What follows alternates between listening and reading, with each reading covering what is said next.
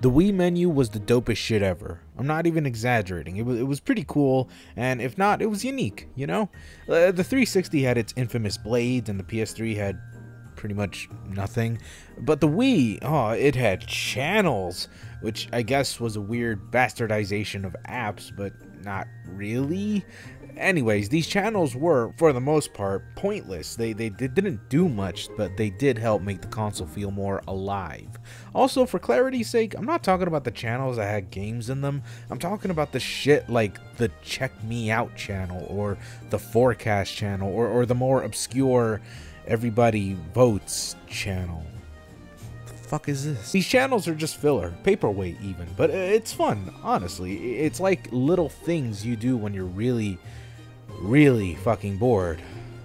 Oh my god. However, there are some channels that never made it to the US. Take, for example, the Today and Tomorrow channel, which came out everywhere except the US. It was a sort of bullshit horoscope thing for people who still use horoscope bullshit for their daily lives instead of actually being adventurous or responsible for their actions or whatever. Then there was the We No Ma, which was kind of cool and kind of lame at the same time. See, Nintendo wanted to do this video streaming thing in collaboration with Dentsu, a Japanese advertising company. I say kinda cool because the concept itself is very homey and uniquely Japanese. Up to 8 Miis could be placed in your little home and they'd interact with each other, they'd eat dinner, watch TV together, etc. The local weather would also be reflected by the in-games weather, so if it were raining where you were, it rained there too. And speaking of, the service also displays the weather and gives you the news. And there would even be instances where celebrities would show up to tell you about the latest episodes or shows that they're doing or movies that they were doing, and it's great. But then again, I do kind of think it's lame because, well, the main focus of the We No Ma channel was the streaming services it provided, mainly video streaming. Yet the videos they had prepared for people weren't really that exciting. If you were expecting something close to, say, I don't know, Netflix, well then you'd be dead wrong. There were no feature films or TV shows to watch, or really anything that Nintendo themselves didn't really approve of. All the videos you could see were selected or produced by Nintendo, so your options were incredibly limited. It was also very family friendly, so don't expect anything above the PG rating, or however Japan does their rating systems. Later on though, the We No Ma channel actually allowed its users to shop for things online, which is pretty cool, and I would say it'd be even cooler if this were on the Western Wiis. But then again, in reality, Amazon was a big thing here in the West. While I'm not well versed on modern culture in Japan, I'm just gonna assume that Amazon wasn't as big over there as it was and still is here. What with Japan's tendency of not really accepting Western technologies or services. Moving on, there was also the Television Friend channel, which really wasn't anything more than a glorified TV guide network. That's basically it. I mean, you can stamp a show. Also, you can have notifications sent to you via email or text that alerts you when a show is about to start.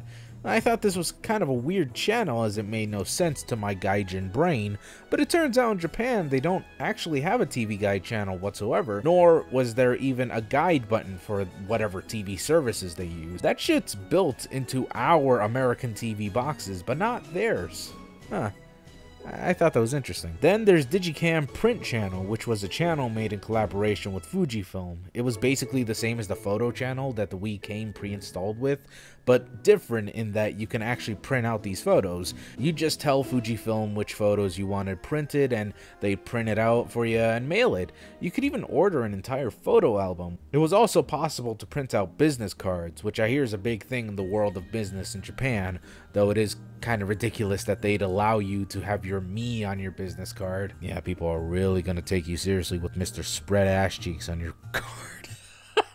Then there was the fuck, how do you say, Demae channel, Demae channel, or the more blatant food delivery channel. I mean, take a wild guess what you did with this channel. Finally, the last interesting Wii channel we filthy Americans never got was the Kirby TV channel. It's a weird little thing because this channel was only available in Japan and Europe. No New Zealand, no Australia, or Canada, or Mexico, or America. Like, that's all, just EU and Japan. I mean, Japan I understand, but Europe? Like, was the TV show really that popular over there? And that about covers every channel made exclusively to the outside world of NA. North America, that's what that means. I mean, yeah, there were a few video streaming channels I didn't mention, but they're not really worth mentioning. They just stream videos.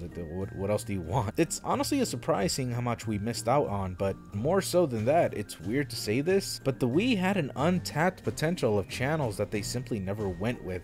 Most, if not all, of these channels were in part business collaborations between Nintendo and that company. Imagine if they teamed up with Amazon and made a channel together, or if they collaborated with Facebook or Google or some other big name company. I feel like there could have been so much more done.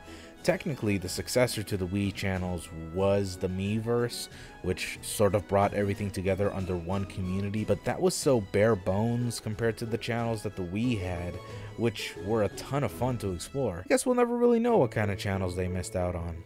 Only in our dreams.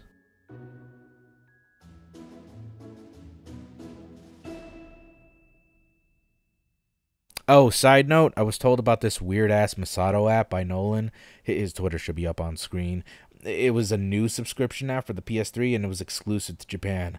I don't know where to put this on any video, but I might as well put it here. All you do is just have Masato from Neon Genesis Dogshit telling you the news, and it was fully voiced and fully modeled, and fully customizable.